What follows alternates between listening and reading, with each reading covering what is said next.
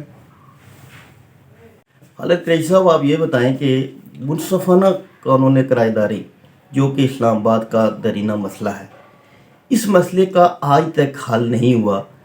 تو کیونکہ جب بھی کوئی چھوٹا دکاندار یا کوئی دکاندار اپنے کاروبار کو وہ رن کرتا ہے تو اچانک مالک اس کو جو ہے نا بدخل کر دیتا ہے، اور ہر مہینے وہ یا سال کے بعد اس میں کراؤ میں اضافہ وہ کر دیتا ہے فوراً ہی. تو آپ یہ بتائیں کہ اس کے لیے اسلام آباد چیمبر آف کامرس کیا کر رہی ہے؟ جی یہ بڑا امپورٹنٹ سوال تھا، اور یہ بالکل میں خود بھی چاہتا تھا کہ اس کے اوپر بات کریں. اسلام آباد میں ایک بڑی تحریک چلی ہے، مومنٹم ہوا ہے. 30-35 سال سے جدوجہد تھی. ہمارے 2-3 تاجر بھائی جو ہیں اس جدوجہد میں شہید بھی ہوئے قانون کرایہ داری کے لیے، پھر جیلوں میں گئے. اجمل بلوچ ہیں، ہمارے بھائی ہیں، دوست ہیں، انجمن تاجران پاکستان کے پریزیڈنٹ ہیں. ان کی بڑی خدمات ہیں اور انہوں نے اس کے لیے بڑا فوکس کیا. یہ گزشتہ کئی حکومتوں سے اس کے اوپر بڑا قانون سازی کے لیے ہوتا رہا ہے. ابھی الحمدللہ اسلام آباد چیمبر آف کامرس اسلام آباد کے تاجروں کے تعاون سے قانون کرایہ داری کا جو قانون ہے وہ بل بن چکا ہے. اور اس میں جو بڑی امپورٹنٹ ہے، کچھ ایک وقت میں جب ڈاکٹر بابر اعوان صاحب وزیر قانون تھے تو اس وقت اللہ تعالیٰ مغفرت کرے منور مغل صاحب تھے، خالد صاحب تھے، اور خالد محمود چودھری صاحب تھے، اعجاز عباسی صاحب تھے. تو یہ سارے لوگوں کی مشاورت کے ساتھ اس کے اندر ایک شک ہے جو قانون کرایہ داری ہوا ہے کہ ایک ڈسپیوٹ ریزالو کمیٹی بنی ہے کہ جو آپ نے اس کو ایجیکٹمنٹ کے لیے جانا ہے اور اس کو کیس کرنا ہے، اس سے پہلے ایک ڈسپیوٹ ریزالو کمیٹی ہے. وہ کمیٹی اسلام آباد چیمبر آف کامرس کا پریزیڈنٹ یا ان کا نامینی اور ایک مالک کی جانب سے، ایک کرایہ دار کی جانب سے ہوگا. وہ پہلے بیٹھ کے یہ سیٹل کریں گے اور سیٹل ڈاؤن کر کے اس کو وہ حل کریں گے. اگر وہ حل نہیں کر سکتے تو پھر وہ جائیں گے. تو اس میں اسلام آباد چیمبر آف کامرس کا ایک بڑا بنیادی کردار تھا. وہ بالکل قانون کرایہ داری آج موجود ہے اور اس کے اوپر ڈیفینیٹلی یہ بالکل افسوسناک بات ہے کہ بڑی بے دخلی ہوئی ہیں. لیکن انہیں کرایہ داری پر جو میں گزارش کر رہا تھا کہ اسلام آباد چیمبر آف کامرس نے ہر حکومت میں، مطلب ایک تو میں سمجھتا ہوں جو بڑی پازیٹیو بات ہے اسلام آباد چیمبر آف کامرس کی، کہ وہ کسی بھی پولیٹیکل پارٹی کا مطلب ماؤتھ آرگن نہیں بنے. وہ حکومت کے ساتھ رہے ہیں، اپنے مسائل کے حوالے سے رہے ہیں. تو ہر دور میں اسلام آباد چیمبر آف کامرس میں وزیر قانون کو بھی دعوت دی جاتی تھی، اسلام آباد کے منسٹروں کو بھی دعوت دی جاتی تھی کہ قانون کرایہ داری کے حوالے سے وہ یہاں پر بات کریں. متعلقہ جو ایم این اے تھے، خرم نواز صاحب تھے یا علی نواز صاحب تھے، اسد عمر صاحب تھے، تو وہ بھی بے شمار دفعہ وہاں پر آئے ہیں. ابھی بھی موجودہ بھی گورنمنٹ میں غلام دستگیر خان صاحب کے بیٹے خرم دستگیر صاحب بھی تشریف لائے ہیں، باقی بھی لائے ہیں. تو قانون کرایہ داری کے لیے عملاً اسلام آباد کے تاجروں نے، اور اس میں سمجھتا ہوں کہ بڑا جو میجر رول ہے وہ اسلام آباد چیمبر آف کامرس اور انڈسٹری کا ہے. اور اس مسودے کو اگر آپ دیکھیں گے بھی تو وہ مالکوں کے لیے اور کرایہ داروں کے لیے بھی دونوں کو تحفظ ہے. مالکان کو بھی تحفظ ہے اور جو کرایہ دار ہیں وہ بھی تحفظ ہے. اور اس میں جو اضافہ اس میں کرائے کا ہے وہ بھی موجود ہے. اور پھر یہ جو پگڑی کا جو معاملہ ہے جس کی وجہ سے لوگوں کو بہت زیادہ یہاں سے بے دخل کیا گیا، اور قانون کرایہ داری نہ ہونے کی وجہ سے، بلکہ منصفانہ قانون کرایہ داری نہ ہونے کی وجہ سے کاروباری طبقہ بڑے خدشات کا اور خوف و ہراس کا شکار تھا. تو اسلام آباد چیمبر آف کامرس کے عملی اقدامات کی وجہ سے اب چونکہ وہ قانون بن گیا، بل بن گیا ہے، تو اس لیے ان کو مکمل تحفظ حاصل ہے.